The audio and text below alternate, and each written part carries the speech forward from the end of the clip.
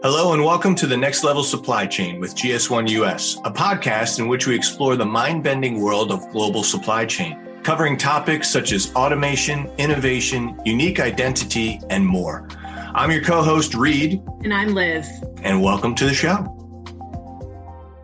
Do you know what tech and trends will look like 10 years from now?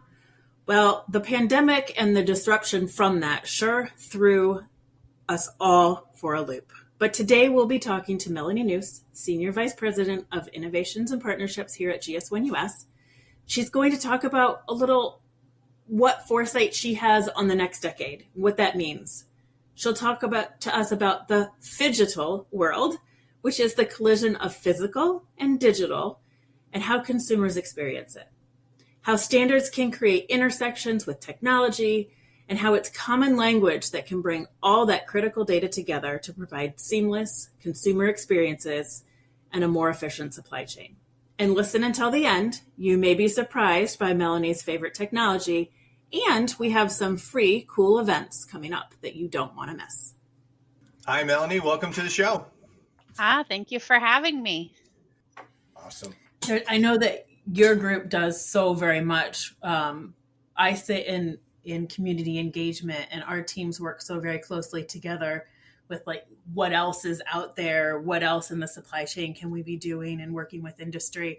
And one of the terms that I know you use a lot is Phygital, and I've had to practice that because it comes so easily off of your tongue, and I've had to say Phygital 5 times. But can you, what is Phygital? And it's not like just a buzzword anymore. It's actually like a necessity for the supply chain. It's interesting how long it takes us to adopt funny terms. I've heard the word Phygital for years. You would hear it very much just casually in passing, and then all of a sudden it became a mainstream word. But for a long time in the supply chain space, we would say there are 3 flows in a supply chain. There's a physical flow, the flow of products. There's a financial flow, somebody's getting paid. And then there's a data flow. And that whole link of physical product, maybe the financial isn't as important, although at the base it is, because everybody's in it to make money. And the information flow, and really tying those things together. And increasingly, as experiences become hybrid, I'm no longer just manifesting a new blouse at my doorstep or a piece of jewelry that I've researched online and gone into a store to buy. My digital self is now taking on elements of my real life personality.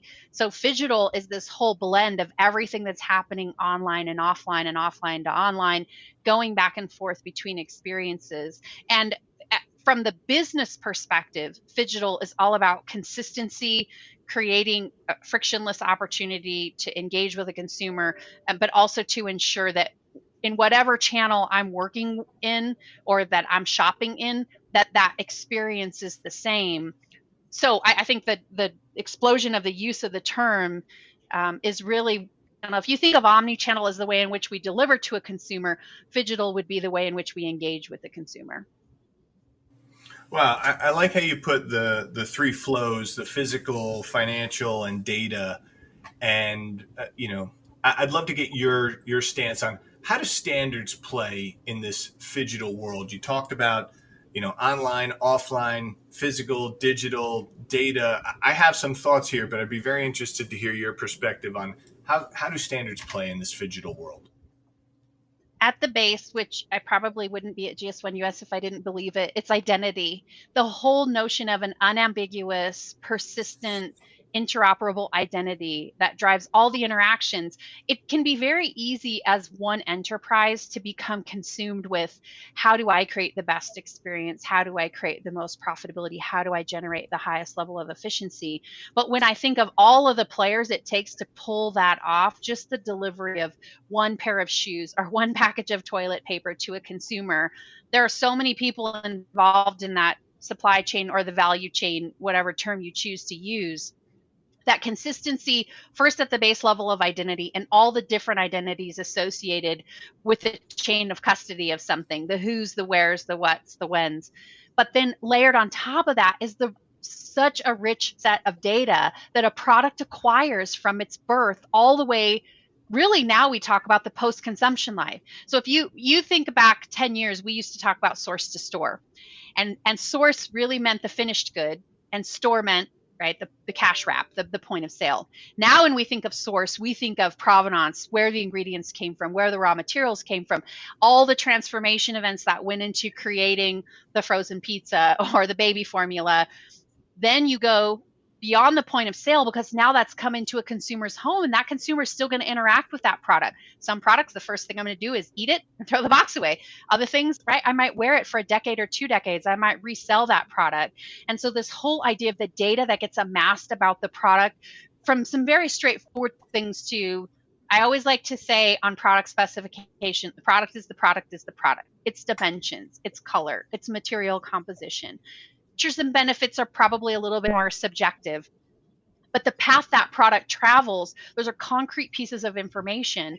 And I really think standards become the bridge, not only to ensure consistency in the way it's identified, facilitating machine readable ways to interpret data and access data. When we say identify, capture, how do I capture that information? I remember an executive from one of the big retailers once told me he wanted the barcode to be 100% self-revealing. Everything about this product should be in the barcode, because the product has never lied to me. And I said, well, you're going to have to sell everything in like a 5 foot by 7 foot box, because your barcode will have to be gigantic in order to give you all that data. But as the world of technology has moved toward distributed data systems, and this idea that, okay, there doesn't have to be one giant cloud in the sky, but this person can contribute to the conversation, this company can contribute to the conversation, right? This third party logistics provider had something to say about this product, and bringing all that data together, you've got to have a common language to bridge all of those pieces of the conversation to make it seamless to whoever the inquiring party is. And that inquiring party could be, is very simple, is a consumer saying, who caught this tuna fish? I just want to know. I'm very interested in that. It could be a regulator saying, what was the path this product traveled, because we need to ensure integrity of the supply chain. It could be an accounting department trying to, were the promotional conditions for this product met in order for us to, right, to pay on these terms that we were given by the supplier. So this whole idea that all of the information about a product should be connected, it gets connected through an interoperable identity that can facilitate all of the questions. And it should be communicated in a way, this is the last piece, Reed, is around artificial intelligence, machine learning systems that need to consume all this data in order to drive automated decision making. So we talk about automated data capture to really make something move through a supply chain efficiently. But now we have on that other end of it this notion that I want to make future decisions based on what I've learned from what I've done so far. And you've got compute available to do that. Now what you have to have is consistency in the data in order to train those models so that they can do that repeatably and scalably. And I think sometimes at GS1, we undersell the value of standards. Maybe if I had $1 for every time I heard one of our own employees, me included, start a conversation by saying, well, we're the barcode people. And I know that makes skin crawl a lot of times, right, to the internal audience, but externally, the value is in the data. So start with a baseline of a great unique identity governed by a system that's got 50 years of proof behind it, and then attach a bunch of helpful information to it. Standards become the baseline upon which the technology runs, and then upon which the good business decisions get made. One of the things that you said in there, I had this visual of this big box, this big product with this massive barcode. And one of the things that is happening now is a lot of conversation we've heard in industry is a 2D barcode. Not that you could get all of the information of a product in, or maybe I mean, there's maybe an argument to be made there, but can you share with us a little in what's happening? You talked about AI and a lot of different things, but what is happening with that 2D barcode that we as consumers interact with every day on our products? How does that impact what we're doing? A one-dimensional barcode, which most people understand is that UPC, the bars and spaces that I scan at self-checkout. I mean, great one thing we've all learned about barcodes from doing a lot of self-checkout is it does one thing. It scans at the point of sale. It goes beep, and then it's linked to a price in a database somewhere that ensures I paid the right amount, or what I expected to pay for that, what that brand or that retailer promised me they would charge me. What it doesn't do is give me a connected experience, whether that's with that retailer, directly with the manufacturer or the brand who produced that product. And when we talk about a two-dimensional barcode, the most commonly understood one is a QR code. And that's because during the pandemic, a lot of us became very acquainted with QR code technology. We walk into a restaurant, there were no paper menus. Scan this QR code for our menu. So what used to be a very low adopted technology, particularly in the US, skyrocketed in terms of recognition, adoption, and willingness to engage. So at GS1, we created a standard. We call it GS1 Digital Link. What that standard does is create an expression for a product in the form of a URL, which is a web address, that allows many things to happen. When I put that URL into a QR code or another type of 2D barcode on a product, the first thing that happens is the product still goes beep at the point of sale. So I still get that expected experience with the price I pay, knowing what product, a 9-ounce bag of regular flavored potato chips. But what I can also have are multiples on multiples of interactions with a brand, with a retailer, even regulatory bodies who have inquiries about product can leverage this technology, because connecting it to the internet, first of all, means the mobile phone can interact with it. And that's what we're all operating. We're carrying them in our pocket. That's what we're doing every day. But it also means that brand can drive a conversation with around loyalty, promotion, instructions on how to use it that they wouldn't necessarily have been able to do before, because they will know your intent. At the time you scan something, it means you've picked it up or you've looked at it on a shelf. It's a lot easier for them to know what you expect to do. The other thing is that retailer can drive similar experiences, particularly in a store environment where you might be doing some research as you're walking through a store trying to make a decision. But some of the really interesting use cases for enterprises that we have not even been able to talk about applying automation to in the past. Two-dimensional barcodes allow us to embed more data. Just as you were saying, Liz, it doesn't have to be a giant barcode, and it doesn't have to be a lot of data, because with the way that mobile phones work and the way the internet works, the cloud can host a lot of your data. Your private cloud, a public cloud, you decide, but it can host things like the expiration date of a product, the batch lot information for a product. So when we have struggled in the past to make things like recall and expiration efficient, they've had to be very manual processes, a lot of store labor involved. I had this vision. One time I went to a store and I wanted to buy frozen pizza. And so I went to the frozen pizza display, and there was expired pizza on the shelf. So what a horror for the retailer, probably a horror for the brand too, because that's a brand reputation issue where I have expired products sitting on the shelf. But if you have to have a person go to that shelf and look for that tiny little imprinted expiration date on all those pizzas, toss, keep, right? It's very labor intensive. And we all know that we're struggling with some labor shortage challenges in the US right now. If you have a QR code on that product, that a store associate could just go up to that, maybe with their mobile phone, maybe with an in-store device, right, that's offered by the retailer, and just scan. And you've got a red light, green light experience. Red light, pull it off the shelf. Green light, leave it on the shelf. And you just went down 20 pizzas, scan. That is so much faster than trying to read tiny little printed codes on products. So this unlock that two-dimensional barcodes will bring, and it's not just 2D. You could use sensors. You could use RFID. GS1 Digital Link is agnostic to the type of technology you use on the product. But when you talk about connecting with the consumer, that two-dimensional QR code experience is something we've become intimately familiar with in the last 2.5 years, and now becomes the bridging mechanism between not just making sure I paid the right price at the cash register, but also ensuring that you've now allowed me to make a more informed decision in a store environment. But once I take that product home, you could give me recipes, right? How to make lemon chicken if I just happen to buy a package of chicken breasts.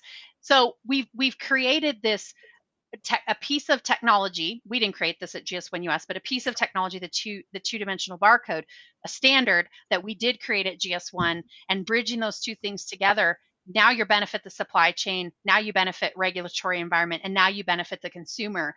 It's a pretty impressive transformational event that we're going into as an industry right now. Very exciting to be part of it. But I think for the average consumer, just that connection to the brand, to the retailer, and to what I can learn about a product exponentially more informed than I was in the past.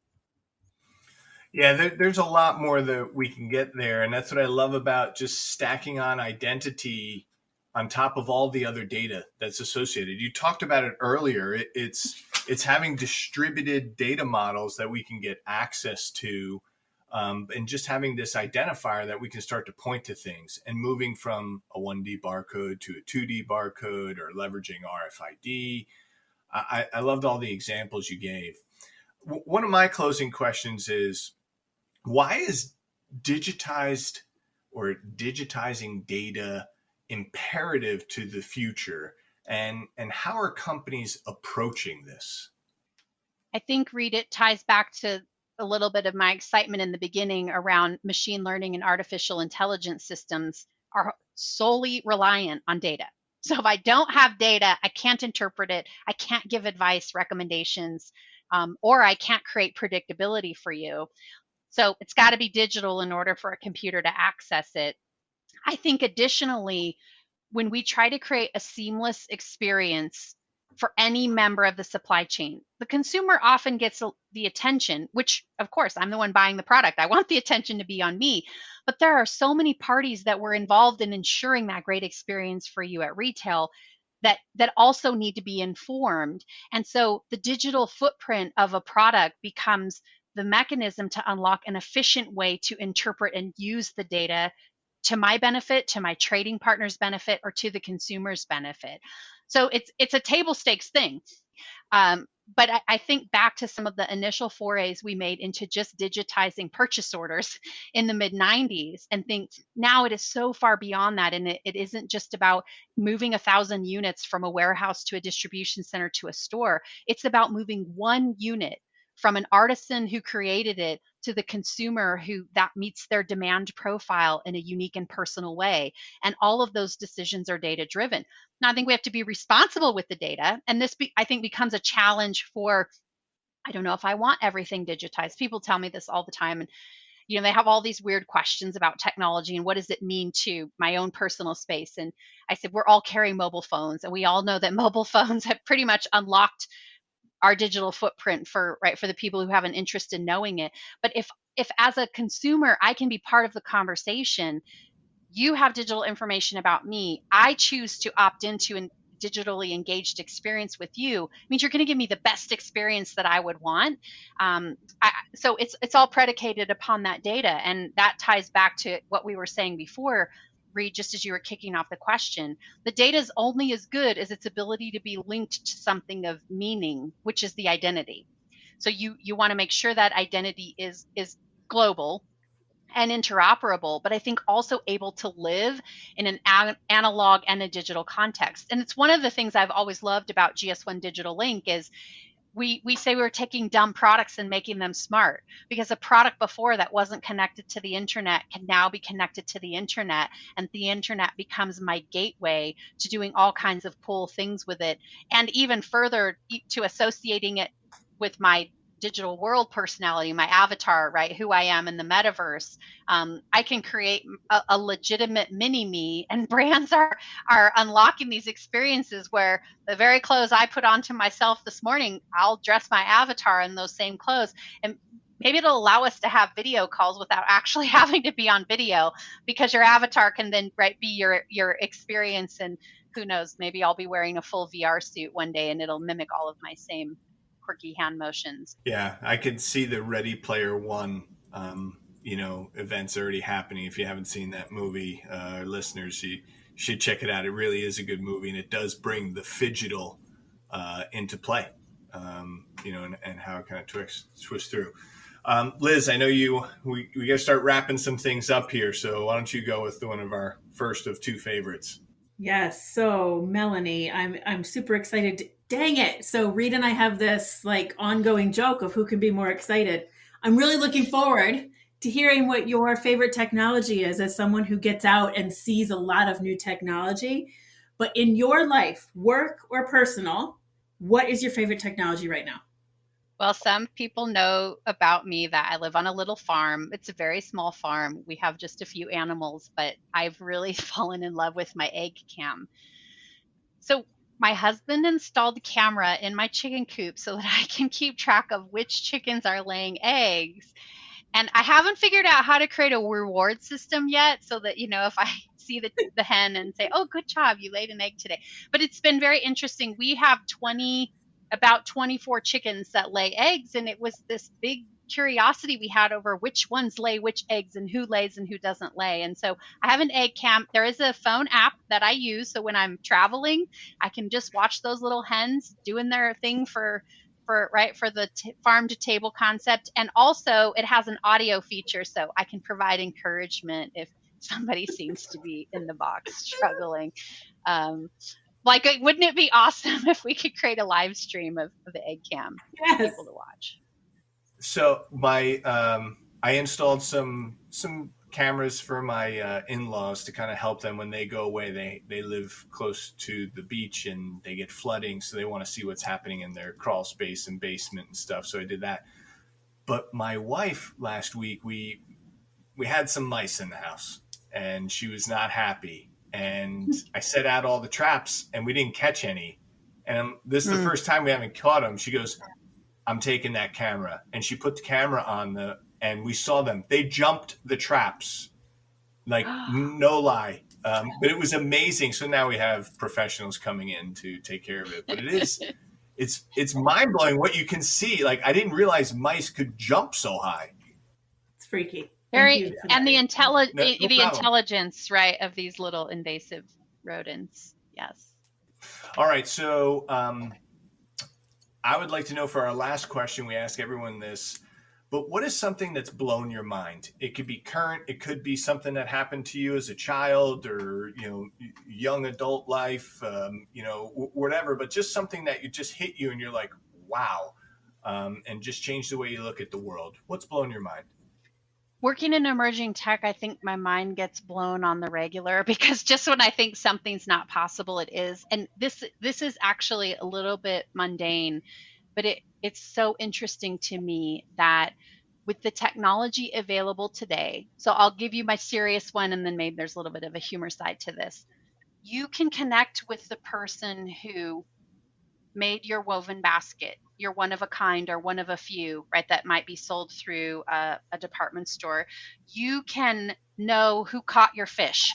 When you buy a pouch of ready to eat tuna, there are ways now that, right, you can put in that, or who picked your oranges. It's so fascinating to me that where we've had all of this very complex, you have a very complex supply chain, and most people don't understand what does it really take to put a bottle of orange juice into my home or a pouch of ready to eat tuna into my home. But to be able to connect to a fisher in Indonesia who caught that tuna that actually ended up at your lunch table, that's fascinating to me. So on the funny side, and I know you both probably know this story, but there are also technologies that will allow us to connect to products so that we can inquire about things that maybe didn't go so well. So when we think of adverse food events, and one of the people on our innovation team has been investigating DNA technology, and I don't want people to get panicked. It's not like human DNA.